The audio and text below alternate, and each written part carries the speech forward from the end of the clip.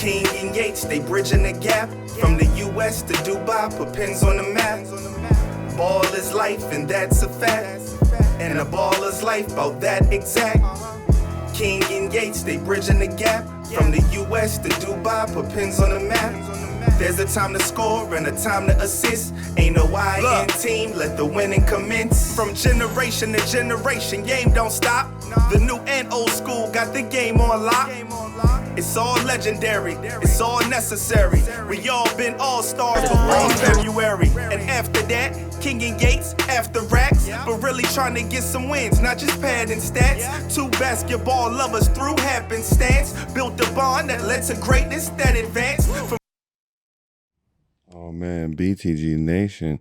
It's been a long time, it feels like it at least. But family, we are back in action. Man, we've taken a little break, but it was a good one.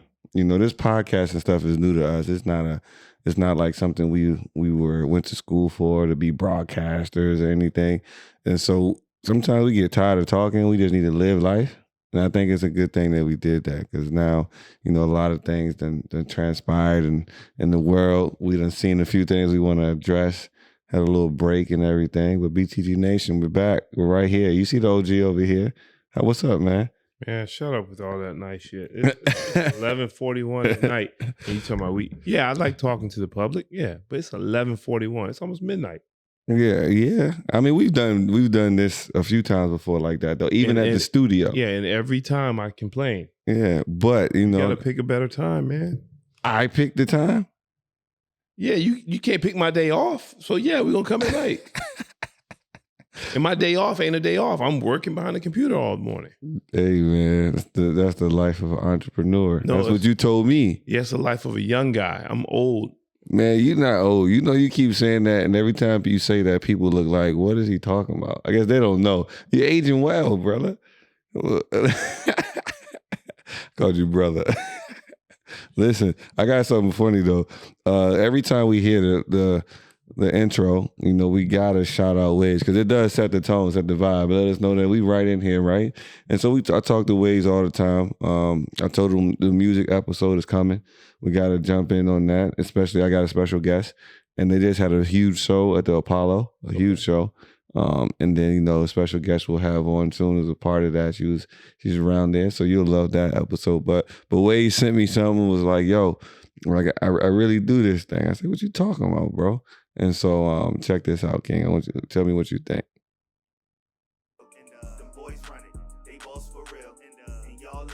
All know the deal, and not fronting, must show the skill.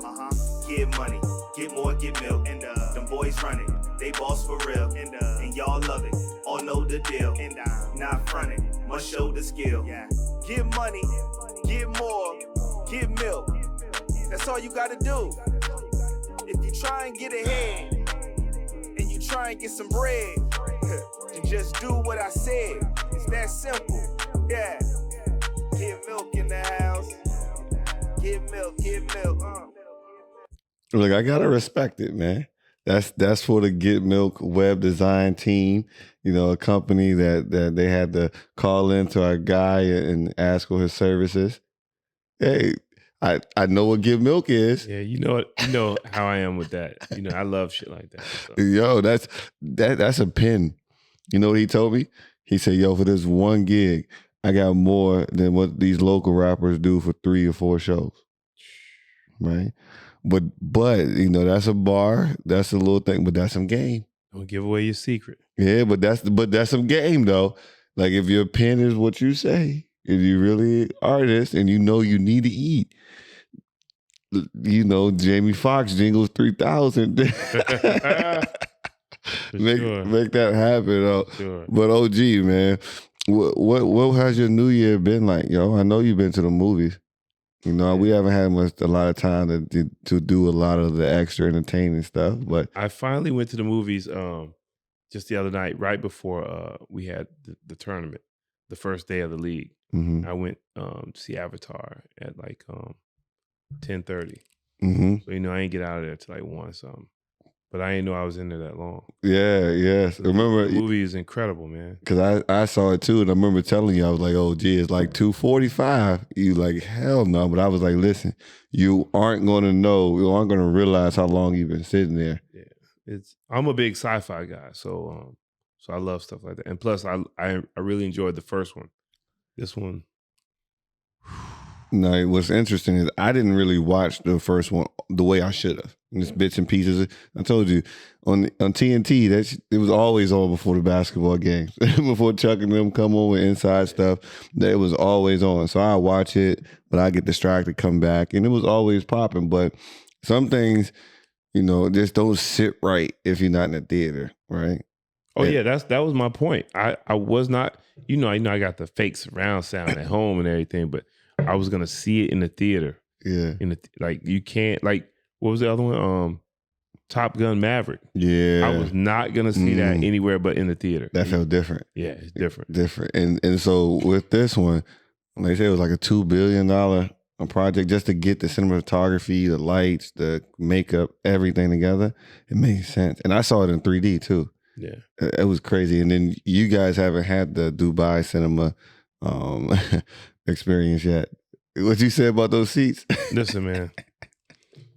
When you sit in those seats, bro, like if you're a little tired and you by yourself and it's not a good movie, it's lights out. Yeah, and they give you a blanket of some of them joints too. It's lights out. If it's not a good movie, keeping you engaged, it's lights out. No question. Man, it's not too often you go, and I've been around the world. It's not too often you get to a movie theater and you can take your shoes off. Listen, I'm just about to head there. You know the Eisenhower AMC.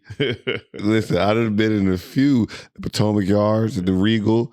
I done seen a couple furry friends running around, and I couldn't even finish the movie. Yeah. Trying to go to the one in Gallery Place, Chinatown. Come on, man, get out of here. When it first opened up, after the old that, joint in Union Station. Oh man, yeah, too. Yeah, and my mom used to try to take me to all them spots. Man, I was like, "What is this?" And this one, this whole experience is just different. Like, it's just you take your shoes off and not worry about anything. Yeah, food come to you. When it's over, they tell you, no, put your stuff down. What? Just leave it. Yeah. You got this? Yeah. It's easier for us. And then it's spotless. Yeah. And then it's spotless in there though. And so, but Avatar was dope. Yeah. It was incredible, man. Yeah. That's all I can say is incredible. But isn't it interesting the exploration of the water? Right, because the Black Panther had that same underlying theme too, and the mermaid is about to come out. It's gonna be the first Black mermaid playing it for Disney, and that water exploration, it's cool with sci-fi, but I don't want to go too deep down there. Figure out like that. Whatever's down there, leave it there. Don't come up out of there with no new virus, no new nothing. Like, just let it stay down there in the unknown. We all good. We ain't living down there, none of that, right? But it was dope. But you say you're a big sci-fi fan, right? Yeah. And so, because movies aren't the same, right? Like movies, music, nothing is the same anymore. And so that gave you a refreshing feeling. Right. So we talked about it a little bit, but what did that take you back to when you talk about the best sci-fi movies and then maybe the best ones with the sequel? I remember that conversation. It's like it takes you back to the first sci-fi movies you saw that made you think differently about how you watch movies. Of course, back in the day, Star Wars. That storyline, and even though you look back now, you're like, those graphics were terrible. Yeah. But the storyline it was state of the art at the time. Yeah. You know what I'm saying? We had never seen anything like it.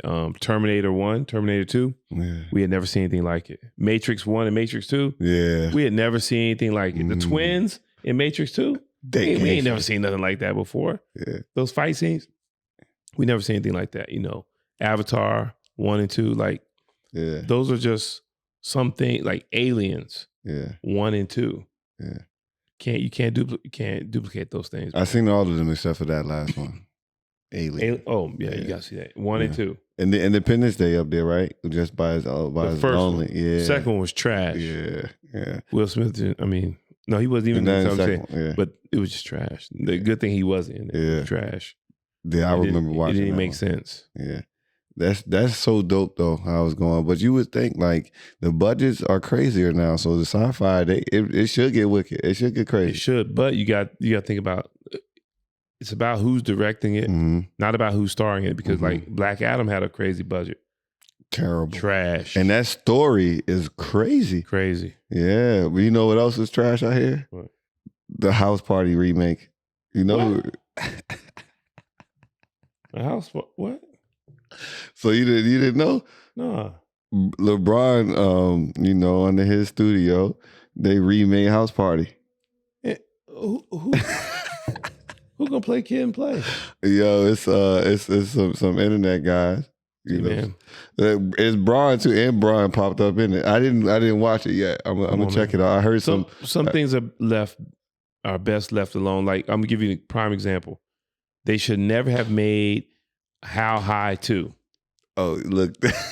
And I love DC Young Fly. Man, but come on, man. That was trash. Lil Yachty? That was trash.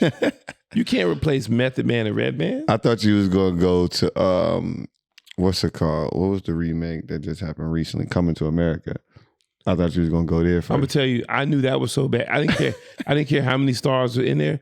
I knew that was so bad from the trailer. I haven't even watched it yet. Yeah, no, it's sickening, big dog. It's sickening. Like it gets crazy. It's nasty. And Braun put himself to that. I'm a figure out. I heard a lot of reviews. I heard a lot of things. It's so bad that I want to watch it. Like it's so bad. It's like, nah, it can't be. You can't be this bad. You are a great African American citizen. You do support minorities. I ain't going to see that crap. No. I ain't going to go see it. I'm gonna find it on the Chinese joint that we got where it's free, and I could just gotta scroll through. You are absolutely lying. You will go to the theater because you're gonna sit there and be like, "Come on, Jamila, we just gotta get out a night out." Nah, cut it out. Yep. Nah, you telling me it's gonna be showing in Dubai? It might. Nah, they ain't making it this far. But to transgress to something I transgress. We use the words wrong. I have a Turk call us. We use those things. We're going. All them classes he missed. Those wasn't on the schedule, right? That's what he said. But to go to a topic that's related, Ja Rule, Ashanti, and Fat Joe. I saw them. Me and the wife, because like you said, we got to get out, and we are 27 weeks pregnant now. And so we get into that space where she ain't going to want to do nothing but sleep for the next couple months. So she's like, let's go party, right? And now a couple of months back, we saw 50, right? And so it's funny kind of seeing 50, and then in comparison, you see Ja, Fat Joe, and Ashanti, right? Two very different concerts. Right. Immediately, you know what the biggest difference was? The crowd. Yeah. We've been in plenty of spaces to where when it's not going to be at capacity when they got a couple rows blacked out. Right. So you can't even see it. Right. 50 had the entire thing from top to bottom in suites sold out. He's a different artist though. But this the thing though. 50 didn't have no additional promotion. He didn't have no like Live Nation, nobody backing him to promote it. It was all his own money, his own everything. And so when you think about Joe, and it was just him, no headliner. Right. Now you got Ja and Ashanti and Fat Joe, and you got a marketing group, and it don't fit. And it just hurt. It just make me laugh because it's like, damn, Ja, like 50 really for the rest of your life just.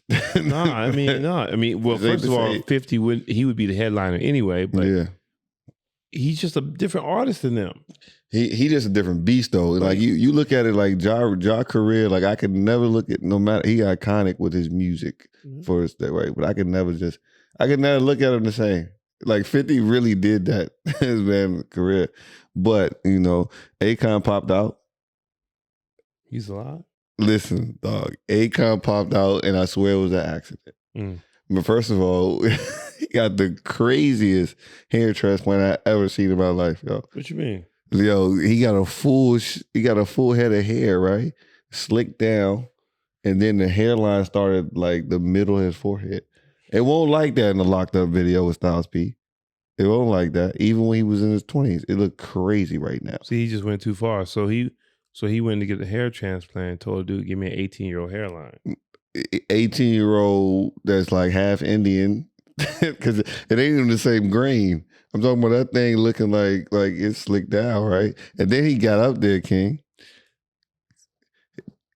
He was lip sync. Wasn't even lip syncing though, King. He was just moving his mouth, not even like no words or nothing. And he gave us 15 seconds each. But the crowd was going crazy for Dubai. But you know, listen. Well, I've said this long before I even met you. If you are a U.S. artist and you tank out in America, you always got another chance somewhere else. You say that about basketball players too. They don't have access to everything we do. Yeah. Like I said, I was in Germany, man. David Hasselhoff was like Michael Jackson over that joint.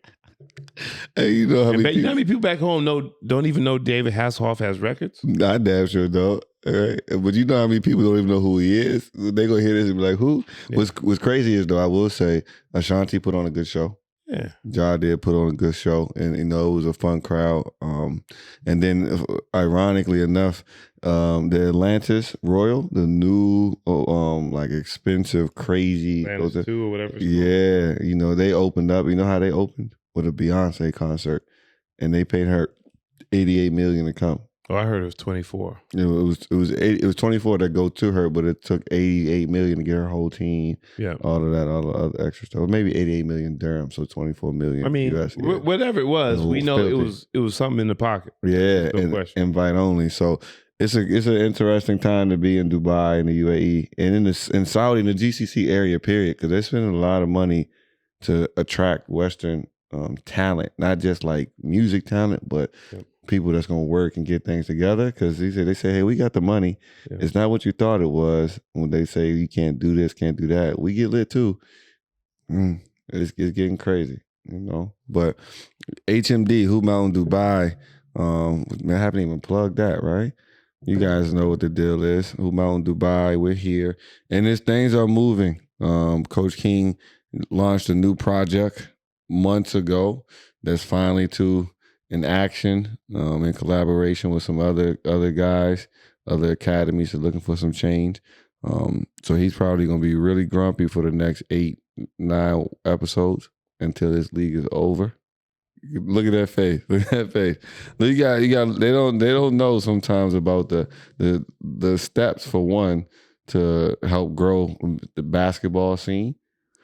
And then the sacrifices, and then all the stuff in between. Because, you know, even when you pop up with stuff, I never know when it's the right time to make the next implementation or how it goes, because I'm still learning about how this is going to go too. So when it's time for the league, I'm looking like, all right, how are we going to matriculate players? How are we going to work with other places? And then I look at you and you holding back the curse words. And I know that's your New Year's resolution. I'm holding to it too. Yeah. You try to keep it in though, but it is cool to finally have some games going for these young guys and girls. Consistent.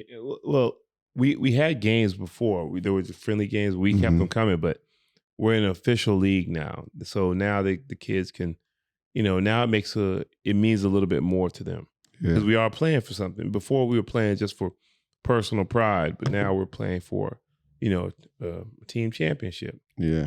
And it's important too, as you place that emphasis on playing, because as people who are trying to grow a game, we've noticed that there's not enough collaboration and not enough integrity within that as well. And so, you know, as you would say, some of the things you're doing now, you did 15 years ago. Yeah, I didn't expect to be back in this situation. Yeah.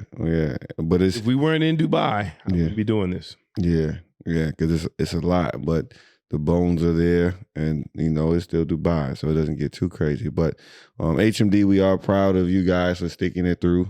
These next couple of months are going to be hard too, because this is going to be challenging, and for a lot of our people, it's going to be the first time that you kind of felt some resistance, or you felt a space to where it's not easy anymore, and you got to learn how to juggle some things. So we want to remind you that with the purpose of basketball is to teach you that lesson. Once you get good at something, it's another obstacle that's coming your way, and you just want to learn how to keep fighting through that wall. And so As we get here, Coach King will never put you in any position that he does not think you're prepared for.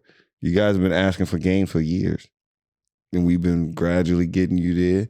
Coach King says you're ready now, so let's not run away from the challenge. We built a community as well to make sure you guys have support outside of just family, because we knew this day was coming, and it's going to grow into something big, but keep going. Yep. Yeah. And as hard as we've worked, especially, some of the kids have been with us for a couple of years, even if you don't get the outcome you wanted the first time or two, don't quit, man. You come too far. Quit. You come too far to just give up now. Man. And that's we'll get to that, because that's going to be important to break down too. But to start the pod and to get into the topics for today, this is how we know that podcast is making some movement. It's actually, a part of some people's lives, and they think it's, some good info being shared here. So one of my guys, shout out to Big Bird. That's what I called him in prep school. Marcellus Stewart. He's 6'9", left-handed guy from Delaware. It's the first time I had met a hooper from Delaware. Because most times if you meet somebody through that area, they're gonna just be like, "Yeah, I'm just from Philly." Yeah. Because they end up playing in Philly anyway, right? Unless you hear about like Alex English or some of those other guys, right? And so Marcellus was teammate in prep school, left-handed guy, nice touch. Sometimes he had bounce, sometimes he didn't. You know what that means. Sometimes you'd be like, "Yo, dunk that. That's my dime." But it's my guy, good guy, real good guy. One of the funniest teammates I ever been around in my life. We introduced him to Go-Go. He introduced us to Meek Mill, because that was that time when artists were still regional. And so, everybody in Philly had the certain things they were listening to. We introducing Wale and Go-Go. Right. North Carolina guys introducing a J. Cole and all that. And so we introduced him to that. He couldn't stop playing Thong Song by Backyard Band. We was in military prep school. So we would hear him. The big dudes are always the wildest ones on the team. Yeah. So we hear him. We supposed to be up cleaning the barracks, and he singing that thong, thong, thong, thong. I'm like, "Yo, you gonna get us out here running in the rain if you don't stop?" But big dudes are always the funniest. Crazy. So, but he sent a message on IG and was like, "Yo, I got a question for you. I would love to hear you guys talk about on the pod." So it was a long message. Yeah. At first, I wasn't sure I was gonna read it. But then I started looking over it, and I was like, all right, this something OG like. So he had a nephew that is in high school and is getting some basketball love. His nephew. I thought at first it was his son. No. He ain't. He does have a son though, but he's only a son like 6, I think. Right. That's what I was thinking. Like, he got a son this old? Yeah, nah. And so he said, my nephew's getting recruited, right? And he's getting recruited by some mid-majors. He got offers from Temple, GW, George Washington, Fordham, Delaware State, Florida Gulf Coast, and interest from Arkansas. And so he said, so boom, this is quote, so boom, he's got a lot of interest from some high majors, but no offers. But his scouting report is he's a super athletic 6'4" combo guard that can attack the basket and finish above the rim, and is a consistent shooter from 3 in mid-range and picks up both guards full court. But he isn't comfortable handling the ball as much as he should be. He enjoys playing off the ball, but I digress. He said he's getting recruited, and a lot of high mid-major coaches like Arkansas as well as like Penn State are saying right now, as a senior, he's now ready to play at a high major level and be a component to a team. But his ceiling is higher than most guards already at their school who they're recruiting. My question for the pod is, would you rather recruit a guy that's ready now and plug up or plug in right now, or recruit a guy who has limitless ceiling and wait on him? And then the second part of that is also, as a parent, which direction would you tell your child to go or have him go in as far as college? Would it be a mid-major so he can develop confidence and grow his game, or high major and learn some patience? And then we will have highlights of the young man, because we did watch some highlights to get a bit of a understanding of what type of player he is, where he's playing at. I think he's playing at Roman Catholic or one of the schools in the Philly area. And he's also on one of the Nike circuit teams. So he's playing against some comp. Yep. You know, he's getting good exposure. Yeah, so let's start with the first part of that question. As far as his recruitment goes, when they say, is he ready now? First of all, as a coach, what would you rather recruit? A guy that's ready now, or somebody who has a ceiling, but you have to wait on him? Well, in your heart, you want to recruit the guy that has the ceiling that you can mold into your own style of player for your program. But your mind is saying, we ain't got time. You know, what people have to understand is you will never, ever see coaches anymore where a large percentage of them are in one place 10 years plus. That doesn't happen anymore. Once Tom Izzo leaves Michigan State, once Calipari leaves Kentucky, who else is still around? Hard to think. My man at Florida State. Oh yeah, Leonard Hamilton. Once he leaves, Ed Cooley. Well, Ed Cooley's he's just kind of getting there. He ain't really hit the 12, 13 year at Providence yet. But 2023, 8-9 years is right. That's a long time. Yeah, for this era. So coaches don't have the patience from the athletic directors and the presidents and the fan bases anymore. So they gotta win now. And so that's why, you know, if you are a high school senior now and you have multiple offers, you got to go where you're most wanted now, because if you wait, you could be a victim of the transfer portal, you know, the extra year that everybody got from COVID.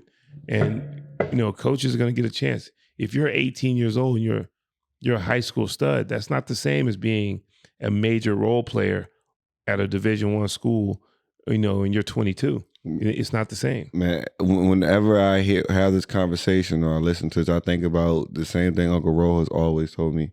He said, man, it's a hard job when your job is based on the temperament of some 17 to 23-year-old men. That, like, when you put it to that perspective, like the way my family eats, the way I take care of the medical bills at home is based on these 17 to 23-year-old young men who have access to some things that's completely different when you come D1. Yep. And I got to just trust these guys. And so every year is a gamble. It's a risk. Yeah, and you don't have the resources. Yeah. I mean, even Division II, Division III, it's all a high level, man, because, you know, more players are playing now, everybody's getting more exposure. And coaches just don't have the time. Yeah. You know, and I'm not trying to say that high school seniors aren't going to be heavily recruited. They are. But after you get past the top 150, it's not the same as it used to be. Yeah. It's not the same, because you see guys, you know, playing 4 years at this school, and then, you know, he's playing his 5th year at another school. He's on a team making a deep tournament run, or, you know, or you see guys now, you know, by the time they become a senior, they've played at 3 different schools. Yeah. Yeah. Now, to the second part of that question, right? So we both agree that, I mean, just reality, right? It's not even opinion. Yeah. You just don't have time to wait on a kid, right? It's just too many variables about what could happen and couldn't happen. And now you have to battle. I remember coming out, we had to battle JUCO, all that other stuff, but mainly it was international kids, right? Because at that time, Canada was blowing up with stuff. Yep. Tristan Thompson, all these other different guys in that area, and then of course they were going to get Europeans. Shoot, my roommate in college was from my roommate in prep school was from Turkey. Yep. And he had came in and he had already had a D1 offer, and they were the one who brought him to the school, right? And so now you add that, because that's still prevalent. You're still going to have the international players, and then you have the transfer portal. And that's in every sport. You hear Prime talking about the transfer portal. I'm going in there, and you guys got to be careful, because you can get lost in the shuffle. Yep. And so, with that, you have to keep in mind, Marsalis, that he doesn't have time. He can't be sitting there thinking like, I'm just going to wait for this or wait for that. Like, if you get any offer to play at any level right now, right, and even including the D3, if they're putting a package together for you to go to school and allowing you to play, you got to take a serious look at that. Right. Serious look at that, right? And then the second part of that question is, as a parent, right, what direction do you tell your child to go in? And right, and everybody's parenting style is a little bit different, but what tools do you give them? What questions do you give them to answer or pay attention to help them kind of make a clear-cut decision? Well, listen, let me say this. This is a little biased. Like, you should never let everything be based on what your kid thinks. Right. And the reason I say that is because when I was a high school kid coming up, I did pick some schools based on damn colors. Word. I'm just going to be real with you. Word. I mean, just because as a kid, you don't really understand. I'm dealing with some kids now trying to place in some schools in the States, and they don't know anything about the school. And I'll give you the quick example, and that is when I was coming up, we thought Georgetown was all black school. Word. We thought Temple was all black school. Word. We didn't know. Yeah. We thought Oregon with Ernie Kent was all black school. We didn't know. Yeah. Temple Catholic school, ain't it? No, it's not a Catholic school, but it ain't black. You know what I'm saying? So the thing is, like, you have to go where you are set to go. You know what I'm saying? Because what do you mean by that? For example, if your finances aren't where you can take a chance, then go where you're definitely solidified to get a 4-year ride, which we all know is 1 year renewable, but you have a better chance of getting that 4-year ride where somebody has already projected you to be a part of their program going forward. Because here's the thing, if you can ball, everybody's going to see it, because it's no longer like it was back in the day where you had to go to certain programs. You go to any program now, if you shine, you're going to shine. And if you feel like you're beneath your level, prove them. Yeah. Prove them wrong, do your thing, and then move up, because the transfer portal is open. But you may find out, which most kids do, you're at the right level. Yeah. I mean, that's just how it is. You know what I'm saying? Don't, if your finances are, if you ain't got it where you can take chances, man, don't play around with that. Man, because you told me you never know what can happen. Yeah, anything. And I don't know if you felt like I did, but going into the senior year, I thought we was gonna have a magical year. Yeah, it just felt like that. Like we had been around something before. It just felt like, oh, this is gonna be another good one. Yeah. And then something that didn't even, like, you could have put a deck of cards out and told us to pick one, and that wouldn't even been in the deck. Right. Happen. But luckily, everything else was taken care of school wise and everything else, so it still gave me a chance. But you just never know. Injuries. Yeah, because that shit's all out of your control. Out of control. So you got to take care of the things that are in your control, so that way, if something does happen, you're prepared for it. You know what I mean? And so, with this young man, it looks like he can hoop. Yeah. But we all, if there is an issue, if there are a couple question marks in terms of your handle, in terms of being on a perimeter all the time at the next level, coach is going to be a little hesitant just because they have so many other choices now, and they don't have time to develop you. Man. I mean, you know what I mean? Like, there's very few.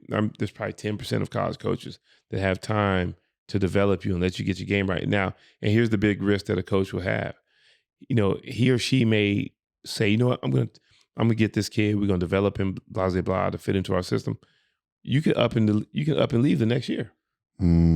So now what do I do? Do I get the 22-year-old, 23-year-old who's been to the tournament before, or that's been at least a 4-year, at least a 3-year starter, right? Or do I get this kid who's 17, 18?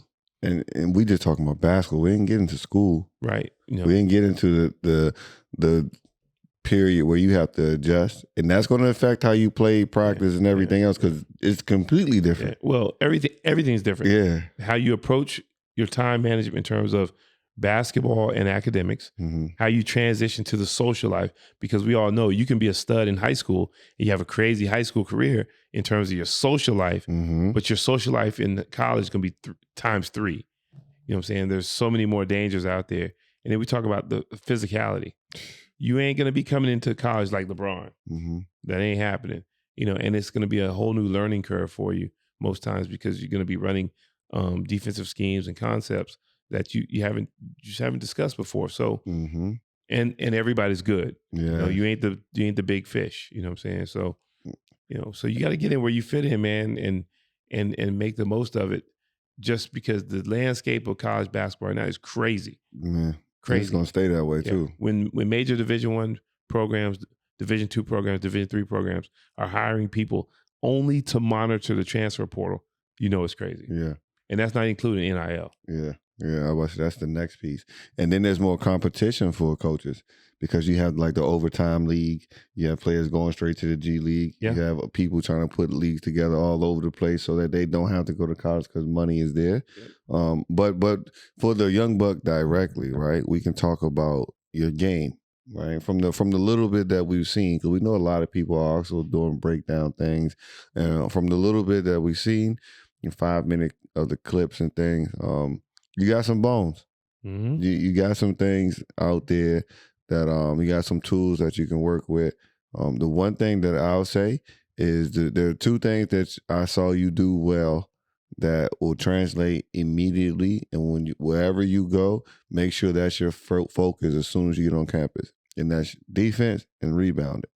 That's something that as a coach, it'll make you excited about, because if I can see you picking up full court and guarding the ball in AAU games, I don't have a second thought about me being able to get you to do that during the season. Right. And so if you can get it into your mind early that I got to find a way on the court no matter where I go, and the first thing is going to be defense and rebounding, that's going to give you leeway. That's going to give you some time to develop those other things while still playing. Because that's the number one thing a lot of guys don't realize is that you want to be on the court. You want to be you want to be somebody that the coach always thinks about, right? You don't want to be somebody at the end of the bench that he can't even look at. And then as the season goes on, when the rotation gets smaller and everything, kind of forgets about you until it's time for the season wrap up. You get on campus, you focus on what you already are good at, which is defense and rebounding, and then you'll start to get a little bit of that green light to do those other things as long as you're working on it. Right. Anything you saw from him that you want to, because you do that any tweaks or something that you the first thing is like I see he can shoot the ball well. Yeah. You know what I'm saying? You know, his release is a little slow, but he's able to get his shot off at his current level, and I see he's able to create space a little bit. But he does definitely have to work on putting on the floor a little bit more, because we didn't see any of that. Yeah. You know what I'm saying? And the way the game is played now, 4 people can put the ball on the floor and play off the bounce. Mm-hmm. And just keep doing the things you said, man. Like, it seems like he has an all-around game. Mm-hmm. and just needs to add one component to it. Yeah. And that's just the ball handler. I think he's fine. Mm-hmm. And that's probably why some of the major schools are probably just a little hesitant, because they have that. They can get that from somebody. Yeah. You know what I mean? They can't, but they can get somebody who can handle the ball, because everybody's got a trainer now, and they can make a move after 16 dribbles. But he does the intangibles. You see Gary Payton Jr. right now in the league. He got a ring, and now he's on a big contract with the Portland Trailblazers. And I watched as the Lakers mopped him up the other night. But I watched, and he's playing that like Roma role, right? You want to be able to expand your game, yes. But if you look at the landscape of the game right now, those tweeners, what we used to be like a Sean Marion type thing, Matrix, but those tweeners who can guard multiple positions, who are good off the ball, Bruce Brown. Yep. Right? Who can cut, know how to finish both sides, get you extra possessions, hit the corner trade ball and all those things. They get paid for that. Basically, somebody can be on the floor, no matter what the lineup is. And that's what you want. And I'm looking at the list, man. Like don't get it screwed up. Temple is not a mid-major school. Yeah. I want to be clear on that. George Washington's not a mid-major school. They just had some down years. They're not mid-major programs. You think about, you have a 6'4" athletic wing that can shoot the ball. Mm-hmm. You may really want to consider playing for Aaron McKee. Yeah. That's an important thing that you just said, because I think I mentioned it to you, because we talked about this on the phone first. I said that, even if you go to a major first and then you find out that it's not good and maybe you go down a level, mid-major or whatever, at least you were able to see how a major program was run. Yep. But you immediately corrected me and was like, it don't matter sometimes, because Prime just got to Colorado. That's Pac-12. And they were absolutely terrible. They were terrible, right? And I was like, yeah, you're right. And so when you think about that, a thought process for a kid or family, the coach and the coaching staff. Yep. That's the number one thing. If you're saying that right now you are limited as a ball handler, right? But you know what you can deliver. Yep. All right. Now, when you look at the coaching staff and the system, let me tell myself, all right, even though I can't dribble right now, can I be of service to the system Right. with the skills that I do have? And then on the back end, do they have a staff that can help me get better by year 2, year 3 of my ball handling so I can expand? Right. Right? Like, how do you make sure you know what you're doing when you're picking that? Right. And I can speak candidly on Temple. Yes. You know that. Yes. You know, you got Aaron McKee, who was first-round draft pick. He was a shooting guard at Temple, one of the legendary players there. And also on the staff, you got Mark Macon. For those of you who don't know, I'm about to say, break that down, King. Shake and Bacon Mark Macon was one of the top freshmen in the NCAA, tournament when his first year in college, and 20 points a game, man. You know what I'm saying? Elite As a freshman? As a freshman. Like, he was balling. And now, that don't happen too often for a John Chaney team. You know what I'm saying? And so you're talking about, you're a 2-guard, you get a chance to go play for those 2 guys. You're going to get the training in order to get your game right. But until you get to the point where you want to be, where you're comfortable with the ball, you're going to be able to play. Yeah. And they're going to use you while you're getting your game up. You know what I'm saying? So you'll get a chance to get on the floor, because Temple is a place, man, like, it's not where it used to be back in the day. They're working. They just knocked off Houston the other day, number 1 team in the country on the road. That's love. They play the right way. Yeah. That's what you want, man. And this kid, he plays the right way. Yeah. So they're going to find a way for you, And you look at the personality. And so sometimes some kids and some hoopers don't really know the history. Yep. If you look at what you call your guy, what's Aaron McKee's nickname? Blue, right? That's blue collar. Yeah. Right? And so when I look at you, young buck, that looks blue collar. I see you going attacking the backboard. I see you picking up full. I see you not being afraid of contact and having some pride about keeping somebody off the boards or scoring on you. That fits the personality of that coach. Yep. Right. And so when you look at where your weaknesses are, and you look at the schools that are offering you or talking to you, you want to be able to say, all right, my weaknesses, will they keep me from being on the court because the system plays towards somebody else's strengths, i.e. maybe some schools, they do dribble weaves. Calipari is favorable. He loves getting everybody off the bounce. Yep. That's why he got Tyree Evans, and that's why he got Derrick Rose and John Wall. Yep. You got to be able to, Brandon Knight, De'Aaron Fox, the list goes on and on. You got to be able to play off the ball, right? And then you got somebody that, more system-based, like Tommy Amaker. Yep. Right? So when you look at these schools, make sure you're looking at the system, because that's what matters the most. Yeah. And bottom line, let's get this out in the open. You got multiple offers. There's a lot of players in the world right now would cut their right arm off for that. And don't look at it as because you need to work on your handle in terms of taking people off the bounce, because that's the way everybody's trying to play right now. Yeah. Think about the schools offering you right now. See all your strengths. Yeah. That's what you want to worry about. People who see your strength right now. And let's keep it a buck. We know you are thinking beyond college, right? Because if you're hooping and you're from that Delaware area or whatever, busy Bones Highland. Remember I told you about Bones Highland, the one who came from VCU, from Delaware. Probably one of the only few people I know that made it to the league from Delaware and talks about it. So I'm sure he's looking like, yo, I want to make some money off this thing, right? Keep it simple. Just day by day, year by year, season by season, just make sure you're getting better. It's not about where you go name-wise. It's about the perfect fit. Perfect fit. So don't worry about any of those other things. You're going to have time to get that screw up. Man, listen. George Washington, go back and look it up. Derek Searles, Kwame Evans, Jinkadar, those guys could play, man. Yeah. And you talking about GW education. Yeah. Those guys could play. Don't get it twisted. There were some big time players that came out of those programs. You could be the one that could get them back to their glory days. So you got to think about that, man. And like you said, it's A10. Yeah, it was. That was the original A10. When it was in its heyday. Now they. I don't know what leagues they're in now, but listen, it don't matter. You go there, do your thing, help turn the program around. Trust me, you'll get what's coming to you. Yeah. Don't worry about that. Yeah, but best of luck to you, champ. Yeah. Anybody else got any other questions like that?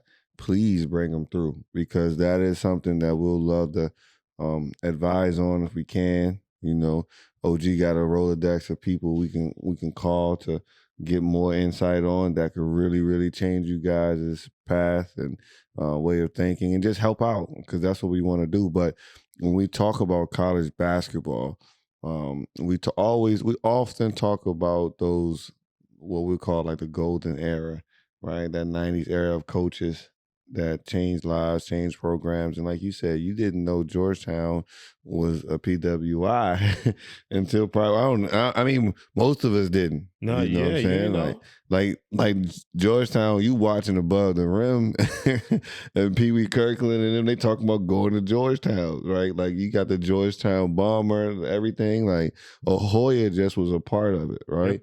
You talking about Hove dropping the Georgetown line and the song, like it's part of the culture. And so you look at a lot of those places back then that were big time. Temple's coming back to light, especially now with Aaron McKee at the helm. You know, they're playing a different style of basketball than before. But Georgetown now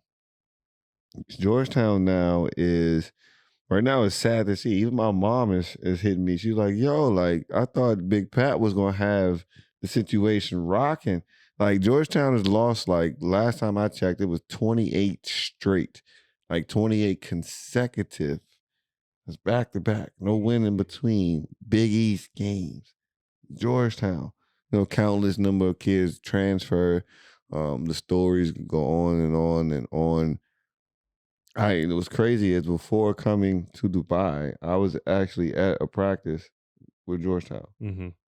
Unc had a big kid from the NBA School Africa or whatever that they were looking at. And so I went with him to open gym. So I was in there. I saw Mac. It was Mac going into his freshman year. And another guy. It was an interesting space. Coaches that were former superstars, I don't see it ever working. Right. Right. Like Georgetown has to part ways. Right. So, but where do you think? Not has to, should have been. Yeah. But we know why they hadn't. Right. The name is so big. The stuff is there. They're probably just waiting for him to resign to save face. But like, I don't even know what question to ask. Like, what do you? Because there's a lot to say. Right. And so, like, what do you? Your take? What do you look when you look at Georgetown? Like, what they drop when it goes to 28 losses in a row in the Big East? There's nothing even to ask. You gotta you gotta just start fresh from the bottom. You just have to. You know, you gotta infuse some young blood in there, and you probably have to go away from the traditional Georgetown tree. And what I mean by that is, like, just because it's a name, is it going to be something that's going to stand the test of time? You know, of course, you get Patrick Ewing, you're going to get players immediately, because their parents knew of this person, you know, when they watched him play in college, watched him play in the NBA. And players can easily Google his name, and the first thing that comes up is his playing career, not his coaching career. And this is not to say he's not a good coach, but here's what a lot of great players suffer from. Teaching players that don't have the same ability that they had. Yeah. Sometimes, certain things as a player, you could just do. And not every player can do that. You know what I'm saying? And Patrick Ewing is one of those players that you can just put him anywhere. He can just ball out.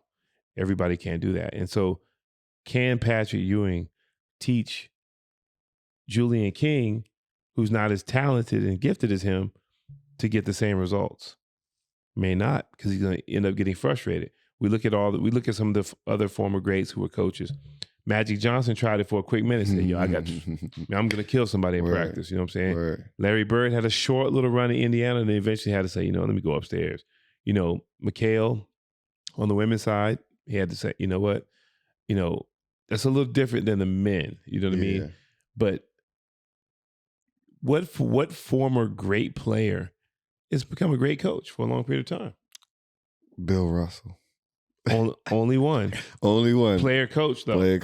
Player coach. Yeah. And the culture in Boston was a little different because Red Auerbach was upstairs. Yeah. That's almost like Pat Riley in Miami. You know, so that's a little different, but that's the outlier. It ain't happen nowhere else. Yeah, and when I look at that, because immediately when I hear Georgetown and they got Pat Ewing, like off the initial hire, I'm like, okay, any big in America is going to love to go there, because you thinking Pat, mid-range, both shoulders, touch. That's what I'm thinking. Like, he going to be able to teach and make that next guy, especially because I know they have a history of getting bigs. Henry Sims. Key phrase, though, mid-range. Yeah. Nowadays, based on the grassroots basketball, young players that are 4 and 5s in terms of their size, they don't know anything about mid-range. They're shooting threes. True. But Georgetown does recruit internationally for their bigs, right? And so they still have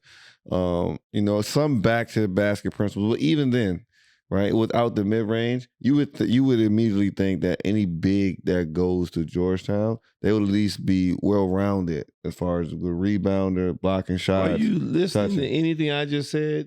Even if you're a big coming from Africa, you're an international student, right? International player, right?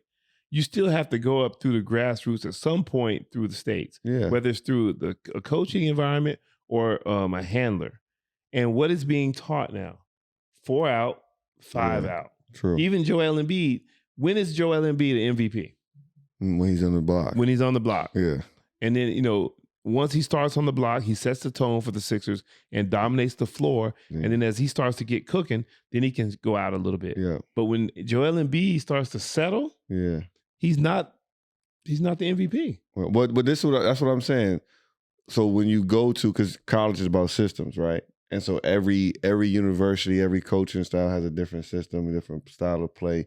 Some do allow the big, because it's all about skill, because we know they don't get it. So I'm saying I would expect that any big that goes to Patrick Ewing raw, they would be able to come out of there more skilled, right? That would be something that I would expect to see in a Pat Ewing system in college, because we still see bigs that are solid. The teammate or whatever his name is at Gonzaga, like they have that efficiency, but we hadn't seen that. Instead, we saw him recruiting guards. Yeah, but first of all, there's not many bigs to choose from because they're not being taught. True. Second of all, it's a mindset. You have to be willing to be coached to learn that.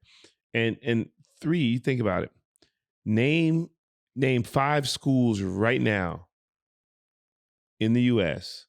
where you can name 5 bona fide top players that are back to the basket players. Yeah, I mean, I can't. You can't. And it's sad because that means everybody that's over 6'9", unless you're able to shoot threes or put it on the floor, you're useless to the higher ups. You know what I mean? So that brings me to my point then, because like I said, that's what my initial thinking is, because that's natural, because it's Pat Ewing, right? When you look at a coach, you look at what style of players he's going to have, what assets he's going to have, because whatever his strength is, he'll just fill out his coaching staff to fill the gaps of everything else, right? And so from there, because I know you have more of an inside track on coaching information and stuff, like what is he going to bring? What system is he going to bring to Georgetown? Like, what is Pat Ewing going to? Is he going to let guards run free and play here and that? Like, is he going to try to bring a pro style offense because he came from the Magic? Like, what is he going to bring to Georgetown? What would entice in Georgetown outside of the name to be like, this is what's going to follow JT3 and take us forward? And how and why hasn't that translated? Well, at the beginning, he did have like a guard heavy rotation because he had Mac in them. And Mac is not a point guard. He's like, he's basically an undersized, 2 guard. And, he messed up transferring that. He was letting those guys do their thing. And he went to Texas Tech and ended up getting a chance playing the G League and played a few games in the league. But had he stayed at Georgetown, he was going to be a star. Yeah, he in the dunk contest this year too. What? Mac, yeah. In the dunk contest. Okay. So he left, you know what I'm saying? So I don't know what transpired after the first year or so, but I mean, I don't know. But think about it. When John Thompson, the third, right, JT3, he got the job. They accumulated all this talent, but then once they started playing the Princeton system, they were like, "Whoa, this ain't what's happening." Yeah. So I don't know, man. And he had to adjust that a bit too. And then because when you play the Princeton style of offense, your caliber of athlete is going to go down because the top tier athletes, they don't want to do that. Yeah. They don't want to do that. You know, why did Pete Carril run the Princeton offense? Because he didn't have the athletes. Yeah. And that Princeton style offense, we haven't done a good job of this. We haven't really gotten a chance to break down style of play. Right. You know, because we talk about just the foundational things in basketball, like the flex. Does anybody still run a flex? Right? Like, does anybody still do the UCLA cut and all those different type of things? Because we don't know. The coaches are younger now. Yeah. I guarantee you, there's a lot of long-term coaches on the lower levels that run those things. It's just that the teams that are constantly on television, man, like you kind of become a victim of the circumstance. You know, what are we going to run to excite kids to come here? Yeah. Because, again, at the end of the day, you have to bring in the recruits that are going to make sure you keep the fan base, the administration off your back, and then you got to win games. But see, this is the thing with Georgetown, too. You're talking about Georgetown, talking about Maryland, you talk about American University, George Washington University. Who am I missing? UMBC, Mount St. Mary's. Towson, those schools right there. Yeah. It's a long list of schools in the D.C., Maryland, Virginia area, right? We can even go down to Tech, ODU, you know, Radford, all those places. Richmond, VCU, UVA. The DMV, over the last 8 years or so, maybe 10, has been the hotbed for talent, basketball-wise as a grassroots, right? It's just entirely too much talent to go around. Georgetown hasn't. We'll talk. Most of them haven't, but Georgetown specifically hasn't recruited that well, and that's a contrast to when JT3 was there. You had Chris Wright, you had Austin Freeman, you had Jeff Green, you had Henry Sims, you had Roy Hibbert. It was a long list of those guys that at least JT3 was going to get a couple guys from the backyard. For sure. That was going to come in. Yeah, he was definitely going to do that. And you think about how important that is because G-Town was still nationally recognized and killing during that time because they had some homegrown led there. But you even see Pat, they dropped the ball with that. Well, again, you were a primetime college player, primetime NBA player, assistant NBA coach. Well, if you don't surround yourself with dogs that are big time recruiters on the college level, you might struggle. Because I know he got rid of his original staff, so I don't even know who's on there now. But I'm just saying, like, we have no idea. We don't know what their identity is. Yeah, and that's tough to hear. I don't know much about that coaching space, but to get rid of an entire staff. Well, I mean, just like an entire, because I remember when you lose that much, you got to make changes. Yeah, right. Well, then you picked them. Yeah. Well, sometimes when you take a head coaching job, some people come as the package deal.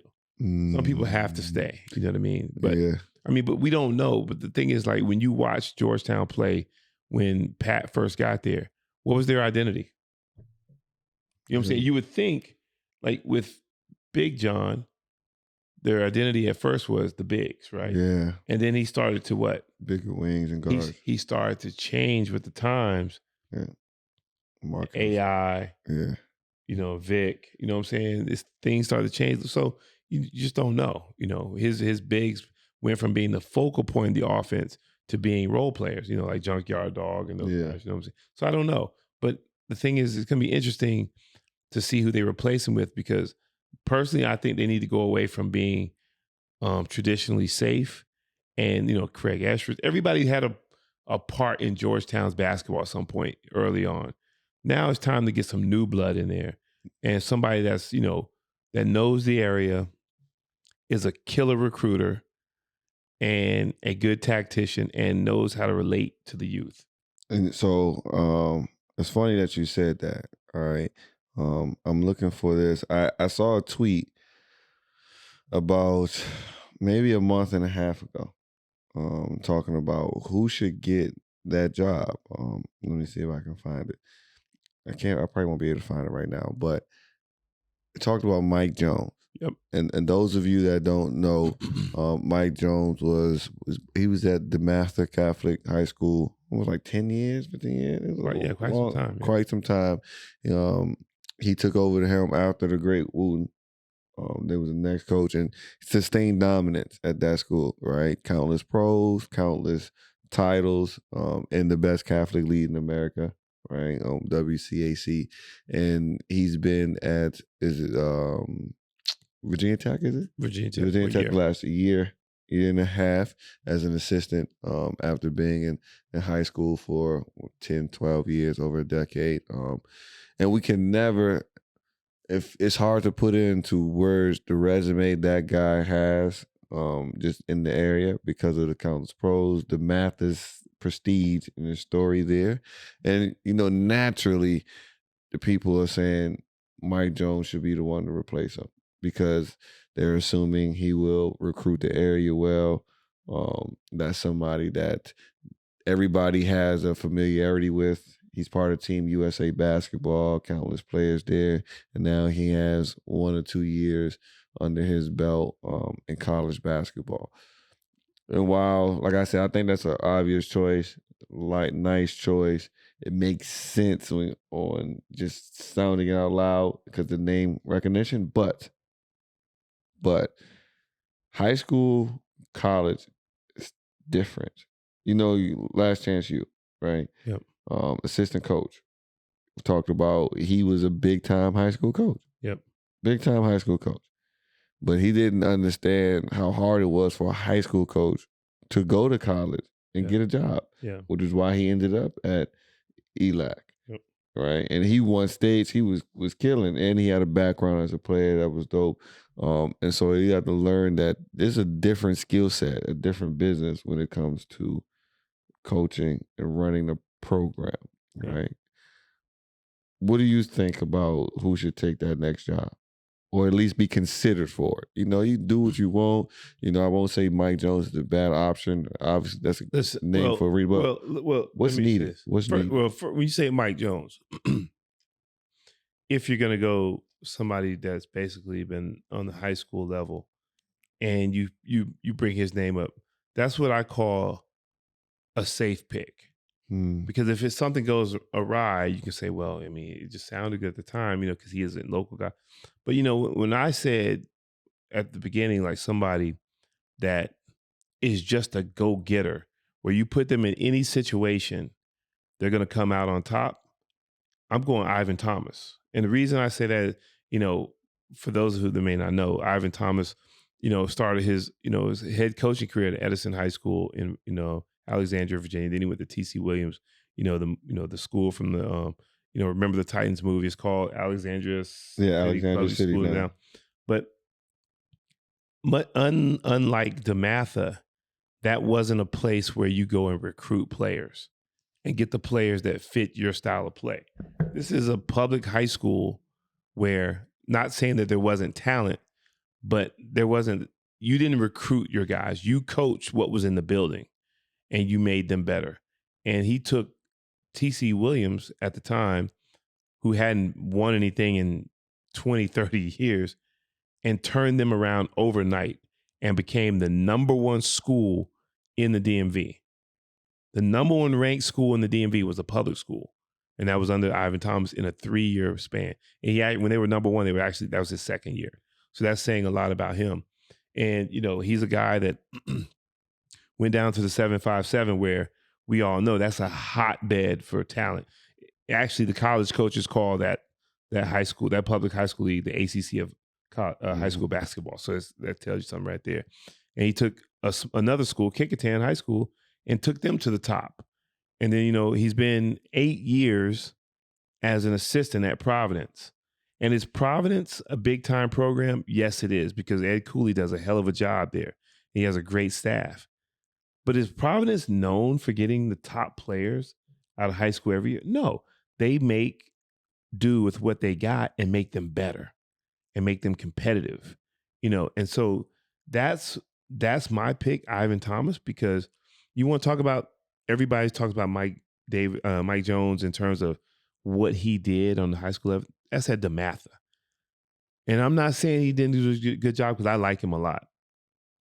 But you give Ivan Thomas those type of opportunities in terms of resources at DeMatha, there's no telling. There's no telling what he could do. And he just needs the opportunity. And he's a guy that, like I said, he was a big time high school coach in the area, from the 757 area, knows everybody from, we're talking about South Carolina up to New York, was a major player with Boo Williams Nike. And again, look what Providence has been doing recently. He's been a part of that culture. And so when I said at the beginning, Georgetown's at a point now where you're at rock bottom. You can't do anything but go up, but you got to start you got to clean house from the bottom. And you got to put somebody in there that comes in knowing how to play from behind. And that's Coach Thomas, man. Someone come in, change the culture immediately overnight, and they're not afraid or unwilling to do what's necessary to get them back to that, to the pinnacle of college basketball where Georgetown should be. Man, absolutely, right. I was trying to find a tweet. That's why I was on my phone, but I couldn't find it because I just wanted to read it out because to every point that the guy had made, it was a good point. I had two of them to match. Because when you talk about Coach Thomas, 8 years in the Big East. In the Big East. Yeah. In the Big East, right? You talking about somebody who just lost 28 straight in the Big East. Right. Coach Thomas is already familiar with the Big East. Like greatly familiar. He knows how each school scouts. He does the scout report. He knows everything. Now you talk about coaching tree. We talk about Nick Saban and what he does from Alabama. The same holds for great coaches in college basketball as well, right? There's no secret that Ed Cooley is one of the best coaches in the country. Now, what helps with that? It's the coaching staff. Right. What helps with him being able to recruit, because right now, one of their best players came from the transfer portal, came from Kentucky, right? Your staff has to help bring those guys in. And then what does your staff do? If you're looking at Coach Thomas right now, he's showing a little bit more of his background. You've heard him on the show as a motivator. Yep. Right. And you've seen your thing when you got to TC was the player development, right? Yep. Right now, that's what Coach Thomas is doing. Right. And you probably would say that's one of the things where he had to grow in because everything else was there. And now you get somebody that's going to do all the work that everybody's going to do. Right. He's had every single job on the coaching staff. Well, he's not necessarily growing into the player development role because he actually did that in Illinois. Yeah. This is a little known fact. People don't know Coach Thomas won a high school championship in Illinois. That was the next one I was going to go with. So proven winner. So the thing is, he knows how to fit in terms of what it takes to help the team win. Yeah. And that's what he's been doing. The minute I met him in an interview, when I was interviewing for the assistant job, with you guys, in 15 minutes, I already knew he's a CEO. I already knew that. That was the next piece. I already knew that. Like this, just from everybody that had been around before that were legendary coaches, I already knew this guy, although a little younger, he's a CEO. And that's where he runs his programs. And he's a guy that all I can say is he just gets it done. No matter what it takes, he gets it done. He puts in the work. He puts in the preparation to get everybody prepared to win. Yeah. And that's what you want. Georgetown doesn't have the time to play around anymore and just worry about making sure everybody's happy with the name. Yeah. The way you guys went out many, many years ago and gave John Thompson, a high school coach, an opportunity to be a head coach is what you need to think about now. Yeah. And think about somebody who's going to relish the opportunity to be in that position. Because they're at the point to where they either got to, like you said, take that chance there or go completely left. But when you talk about Coach Thomas, it's immediate impact too. Yeah. Like immediate, and it's not just the wins and losses. Like he had our school was essentially like Coach Carter, right? At Richmond High School. He had us wearing blazers to the game. He had the entire city looking at us completely different. And like you said, Georgetown needs a facelift. They don't need a familiar voice, somebody who has, people around here who will be able to bring a comment in. Coach Thomas has experience working with a community that's not for him. Yep. So he'll know how to galvanize the troops. He'll know who to place in each spot to make sure there's. You need somebody who doesn't give a damn. Let's put it like that. Boom. Somebody that's not going to be afraid to ruffle feathers and do it his way, which would be the right way. Yeah. Because you got Pat coming in there, JT3 before him, Estrich before him. We don't know if they were afraid to rub some of the alumni the wrong. We don't know that. But when you bring in somebody new, then it's basically like allow them time just to do their job, and they don't have to worry about, they don't owe anybody anything. They don't have to worry about it because they're going to do what they feel is best for the program. So, that's why I just think about him. Now, like I said, Mike Jones, like I said, hey, great coach, but great, but like I said, when I talk about somebody basically, making something from nothing. I've seen this dude do it over and over and over and over again, man. And just, he's a hell of a motivator, tactician, and just a winner, just a tireless worker, man. That just equals a winner. A winner. And so Georgetown University, just bring him in for the interview. Yeah, that's all you gotta do. Bring him in, give him a shot. Like, just hear him out. And when we say him, it should be 2 or 3, other hungry guys as well. But I guarantee you bring him for an interview, you'll definitely be impressed. That's no question. Yeah. Go ahead. Coach Ivan Thomas should get an interview from Georgetown. Yeah. Ivan Thomas at Providence. That's our stay. We're gonna put that. We're gonna promote that this week. That's gonna get pushed out. That's gonna happen. And so we still got that time is a little bit ahead because we press record early. So we got like 15, 20 minutes, right? Yeah, good, man, because it's 3 a.m. Yeah. And so, but the last thing is something that I know it's 3 a.m. You're crazy. But this is something that you got. I'm gonna let you get this off your chest because you've been waiting to get this off your chest, right? And only I've been the one that you can yell at about it. But it's important. Understanding life as a U.S. expat, especially as we are growing here in Dubai. And then there are some other things happening and going on and stuff. But this is, there's an era too where, me as well, coming out, where as graduates from universities, you don't quite understand your value.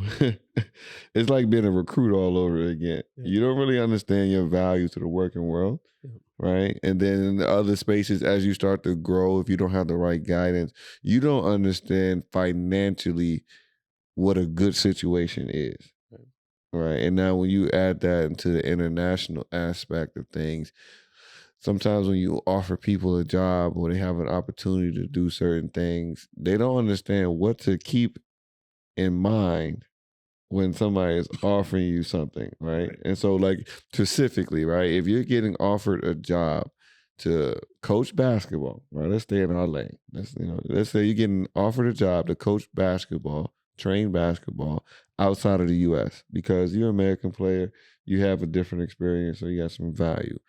And you get offered just a coach, what do we say, $3,000 US? Yeah. $3,000 US with accommodation. Yeah. Right. Yeah. And then you'll come back and, that work life, that workload it's not a 9 to 5, right? You're not up in the office doing those things 9 to 5. You're not doing that.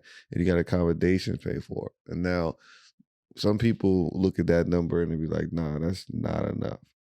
But there's some things you need to keep in mind, people. Yeah. Yeah.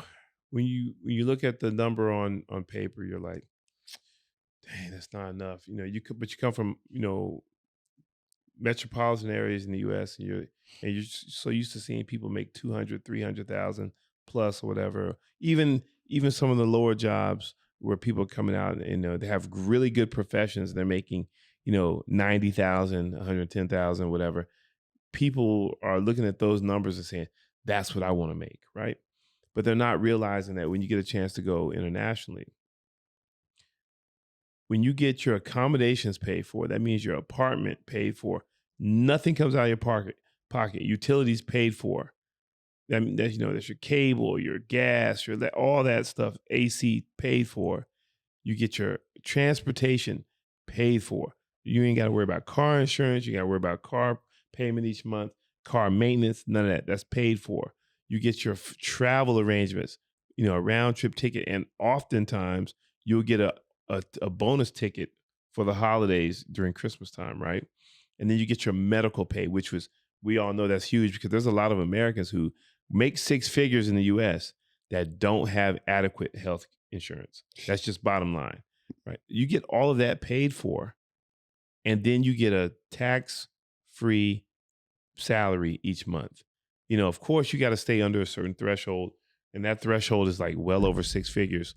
So, but if you're making below that, and it's tax-free, so what you earn comes directly to you, and you're living a different lifestyle in terms of you're getting a chance to meet new people, experience new things, see new places.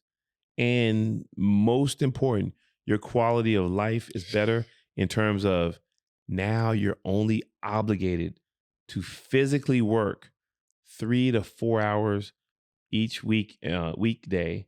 And then maybe on a weekend, maybe one day you work 5 hours, 6 hours. Where I can tell you right now, you can't find anywhere in America where you're going to make that kind of money. Mm-hmm. You can't find anywhere in Australia, anywhere in the Europe, Western Europe, you can make that money. You just can't.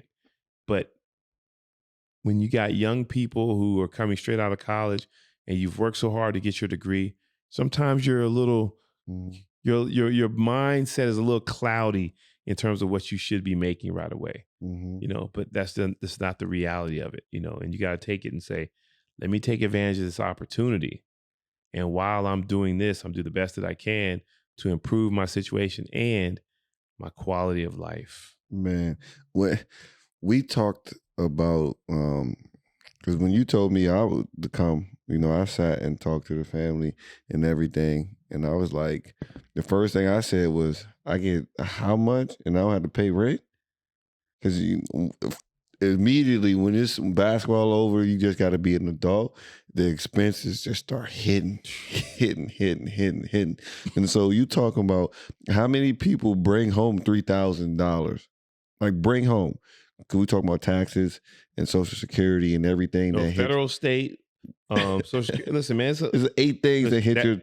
Even if your employer gives you insurance, you still got to pay a certain portion of that. Come out of your check. No question. Right? And so you talking about all of those things that hit. Most people don't go home. We don't even say 3,000. They don't go home with 2,500. Yeah. And you're working 40 hours a week. At least. Like, don't get it twisted. You know what I'm saying? At least 40 hours a week. You got travel time. Most people, if you live in the city, then your rent is extremely high. But if you try to live outside the city, so you get more space for your money, you're in traffic. You're in traffic 45 minutes one way, 45 minutes the next. Come on, man. Like so you know how it is when you're straight. You guys say, man, Coach King just walking to practice. He's got his hoodie on. Yeah. His eyes are bloodshot red. We don't know if he killed somebody earlier or he was smoking. You know what I'm saying? No, I've been in traffic trying to get here from work. So I'm pissed right now. You know what I'm saying? Because you got to pick up another job. Yeah. right. Yeah, like you got to do those things. And so like for me, learning money, I mean, the situation that I'm in right now, situation that we're in, of course, with, as you say, the extra experience that I got education-wise, blah, blah, blah, blah, blah, blah. Off rip, I wanted to be able to do something with more pay at the beginning. Yeah. But once my beginning was in the States when I was looking for jobs there. And then it started to become more and more evident that people wanted to use you for more and pay you for less. And I was like, dog, that ain't going to be any benefit to me later. But being here right now, like if you can get a job overseas, abroad, even if it's not a basketball job like this, but if you can go somewhere, make money and get your accommodations and things paid for, that's a cheat code for you. You have a better opportunity to save. Oh man. And I wanna highlight this too, OG, because we just went through a pandemic, right? We got out of there healthy. But in the midst of that pandemic, we were coming here to build a business. Yep. And you were coming here after leaving stability, income that you knew was coming, and we didn't know COVID was going to happen. You were able to take this risk because it was a pay cut because you knew that if we hit the benchmarks we wanted, you'd be able to get all that back. Yeah. But we didn't know this would happen. But I take notice that you were able to stay and stick it out though, because you did have something saved, right? You always talk about how you had to go too deep into it and do all these other different things, but you had something. Like I wouldn't have been able to still be here if you hadn't done those things to prepare yourself for whatever it is that was going to come later to get there. And so I think that's important to highlight because some people never get to that type of responsibility to where they have enough money to do this or save to do that. Because we're trying to teach a young man now to get there. I'm in a good space. I've helped my wife out because we just got a new car, and I had to let her know, like, look, we're not buying a brand new one. Like, we're gonna get a used one for these reasons. But looking at my mom, looking at you, Lisa, Uncle Ro, because Uncle Ro did a big life change before he had to bounce back as well. Yeah. But it's important for you to highlight how the process you went through for your own financial literacy, right? For how you had to learn through it, because it wasn't no crazy Bitcoin schemes, no like wild stock market things, but like, you know what I'm saying? No huge gambles on the league. No, sir. No, yeah. Sir. I almost got talked into like putting a little money into Bitcoin in a day. I still have like a little bit in there now, and it ain't doing well. Yeah. It's like Mike Tyson's beating it up every day. And like I said, it's just with me, in my generation, the ones who weren't, lucky enough to have, very financial literate parents and have that stability around them, and parents who have gone through trial and error, because at some point in time, one generation's got to go through it, trial and error. Yes. And so I'm that generation for my family. I'm the first person from my family to get a college degree. And a lot of people don't know that because I'm not one that's going to go around and say it, but since we're talking about it. Same and here. So, I have made some decent money before, and I've blown some decent money on stupid stuff that a lot of people would typically do it on when they're young. And then some situations where stuff I just didn't know. Yeah. And so, the one thing I've always tried to do is make sure I got just a little bit stashed away in a couple of different places for a rainy day. And I may cry broke every day, but I always got a little something up my sleeve.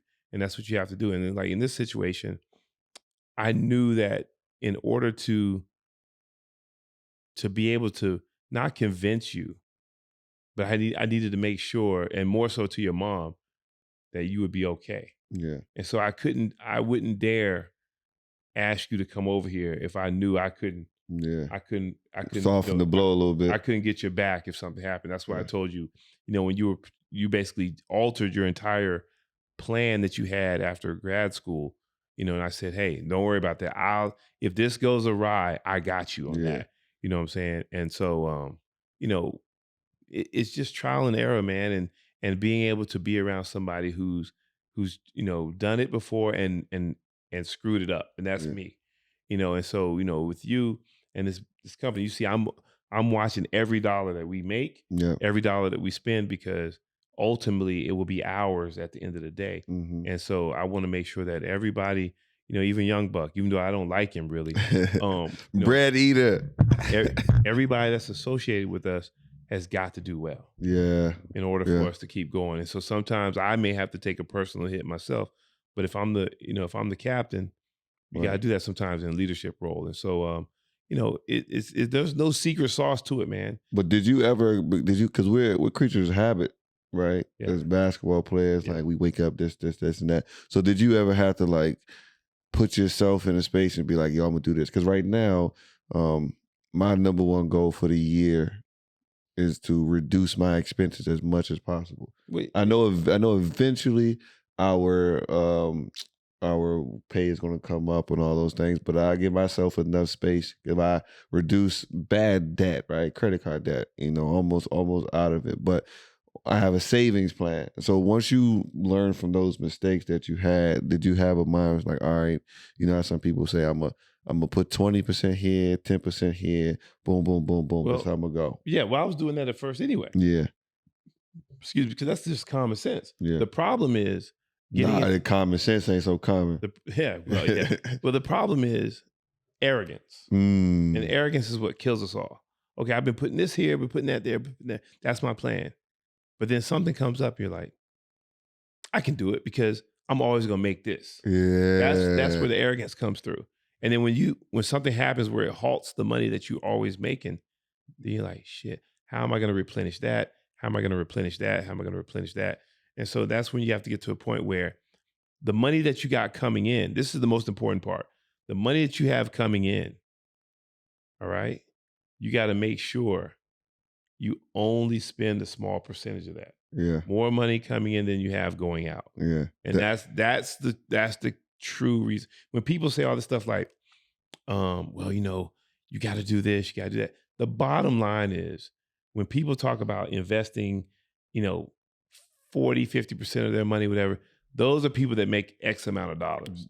So they have surplus anyway. Yeah. If you don't have a surplus every month and you have just enough to pay your bills and, get food and pay your utilities, whatever, then you can't do that. And that's most of us, not just in America, but almost everywhere in the world. Even Dubai. So now you have to understand, you have to decide what you can live with and what you can't live with, live without. And that's where it comes in. So like for me, I know what I like to do. I know what I used to do sometimes, but I dumbed it down some. You know what I mean? But I can do that with a little more ease because I'm in another country. Yeah. And that's where I was telling Illy, I was like, listen, King is the Groupon God. Hey, listen. I looked at some just the other night at the Barracuda Inn up in Al Quain. I'll be there soon. Trust me. But I was telling them, like, sometimes when you go onto that budget, that doesn't mean you don't get a chance to live. Yeah. Right? You just got to be creative on how you find it. Yeah. And so what you said was the number one thing. Once things get going, once things get good, as soon as you get to the top of that mountain, people start to become arrogant, ego gets big, and you just feel like you always going to be here. Yep. Don't remember where you started at. Yep. And how everything's an ebb and a flow, right? And so right now, number one thing, I'm telling the wife, I said, look, cash is king. Everybody's telling us invest in this stock market, invest in that, invest in this, invest in that. I was like, nah. What we gonna do, regardless of what happened with digital, is we gonna try to get to a certain amount of cash. And then after we get there, we can start to look at all those other things because we've been in a spot already to where it's like, what happens with all this stuff shut down? Yeah, I mean, of course, you gotta have money you gotta have money making money while you're asleep. Yeah, but you gotta get to that point first. Because, crawl before you walk.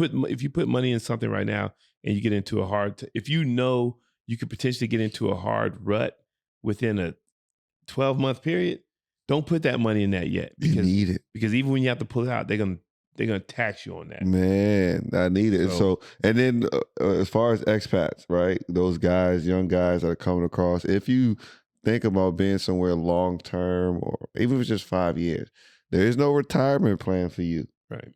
So you have to be more diligent about how you save your money too, because it's not a 401k match and up to 8% match and it's getting there. So you got to think about those things as well. And so that's something that we talk about. Coach King and I talk about those type of things all the time, and we know it's important for us to shed light on that too, because we do have those same battles ourselves, right? Yeah. Where we're trying to make things happen and we're pushing forward. And oftentimes we get into spaces where we look at ourselves as where we could be. And then we, you hear other situations and you're like, damn, like you ain't prepared for that. You ain't do this and that. And so we want to make sure that whoever's coming up under us, or even if you're older than us right now, and you're still working. You still got some time to make some type of changes to get some things together. So, handle that. And if you're making the most money you've ever made in your life, you probably gonna trick it off a little bit. Give it to you. Have your month of free time. But remember, what goes hot is gonna get cold. Yeah. It always does. So just make sure you give yourself enough. Hey, listen, you can have your fun. You Yeah. just might not have the fun that you see everybody else doing. Yeah. You know what I'm saying? You want to have fun, you want to pop bottles. Yeah, you might not be able to do it in Miami. Right. You know what I'm saying? But you can do it in Mexico. Yeah. You know what I'm saying? So it just depends on how you want to get down. Do you have to go out in the Copacabana in New York, or are you okay with taking a quick weekend trip to the mountains somewhere and staying in a nice hotel and doing your thing and somewhere new and get some new adventures? It just depends. You got to open your mind, man. Yeah. Open your mind. I mean, everything is basketball, right? Yeah. Right? Like, you got to know what your role is. Basically, what's your pathway? Because you can't follow trends when you're trying to save some money. Because some people are taking loans here to keep up with an image. Personal loans, interest rate 17%. Taking those loans to keep up with an image on things. I'm like, well, I'm doing much better in life than I thought. Yeah, I got an image, all right. I'm going on Groupon. Yo, can you imagine taking a loan with 17% interest just to keep up with an image of people who don't really care about you anyway? Yeah, it's crazy. 17% interest, And so, last thing I add, because, as men, me especially, going into a space where I could take more sacrifices when it was only me that I was worried about. Yeah. When I wasn't responsible for my wife's well-being, and now we have a child coming forth. And so I see a lot of guys they feel like their back is against the wall, and they feel like they get struck and they turn different ways. Everything is basketball, right? You just move into a new level, learn a new skill. Skills that pay, right? It's not about passion projects, not about what you love to do. It's not about what makes you happy. It's about what can pay. And there are thousands of jobs and skills out there that you can learn, and you can transfer that into something that you can monetize immediately. So sometimes you hear people talking about, yo, you just need to earn more. Okay. Sometimes you get stressed because you think about what you already do. Overtime hours, time and a half. That's the old era of things, right? Coach King talks about it all the time. We live in a different era. You get online, you go find, you go seek, you can learn new skills and make some money off of those things immediately. So turn towards that. Same way you would get back in the gym if you weren't making shots the night before, and you got to get in there and get it right. New skill, more money. That helps you save. Right, and so out of there. But BTG Nation, man, back in action. First one of the new year with the OG. We'll be back for sure. It's a lot going on. Different location, because we working on it. We gotta get Isaac back on the phone. You gotta call Isaac and tell him let's go, because I called it in. But BTG Nation, you know where to find us online. YouTube, BTG Media Presents, TikTok, Instagram, all those good things. Make sure you like, follow, subscribe. Hoop Mountain Dubai, Hoop Mountain DXB, Hoop Mountain.ae. Yes, we are killing it. We are growing. We're going to keep growing. You guys know post-game wrap-up. For me, I'm going to drop it off with respect our elders. Respect our elders. Right. Listen. I said this plenty of times. We stand on the shoulders of the guys before us, but I've been really in a history mode lately, and just listening to the stories and the things of the people before us. And I'm getting a little bit older, and so I'm starting to see how vision change and thought processes change. And so we gotta show a little bit more respect to our OGs, our old heads, man. That's my thing for the night. How you feeling, man? When you gonna start showing that respect? Shit. It's love, man. It's even deeper than that. Love and respect, man. We family. We locked in. Anyway, man, since we just started our first round of our our Hoop Mountain League with 4 or 5 other academies that we're close to, guys that try to do things the right way and really develop the kids and teach the game the way it should be taught, show sportsmanship and work on competitiveness. This is for our guys. No matter what happens in the outcome of the game, if you lose and you didn't show up to practice, you haven't been consistent with working on your game, you haven't been doing what we teach you in practice on your own, and you just haven't given 110%, you can't feel discouraged because you already know what the secret sauce is. You just got to go do it. Those of you that have been putting in the work and we didn't get the outcome that you wanted, just know you got to work a little bit harder. And sometimes luck isn't on our side, but you can't get discouraged and say, I'm going to quit, because if you quit now, you'll be quitting for the rest of your life. So you got to keep working hard, man. And you got to work together as a team. And you got to make sure that you understand it's not just about you, it's about all of us. And that's when we'll start to gel and get the outcome that you put in. Hey, couldn't have said it anybody better. You guys know what it is. Keep it real, keep it simple, and keep going. Player and coach, the brother to brother. They both got views that you need to discover. From sports, current events to just life talk. Whether you on a fast break or a nice walk, gotta tune in. You already know, G. This BTG Nation and you one of the homies. Just tune in. You already know, G. BTG Nation, the other ones in the nosebleeds.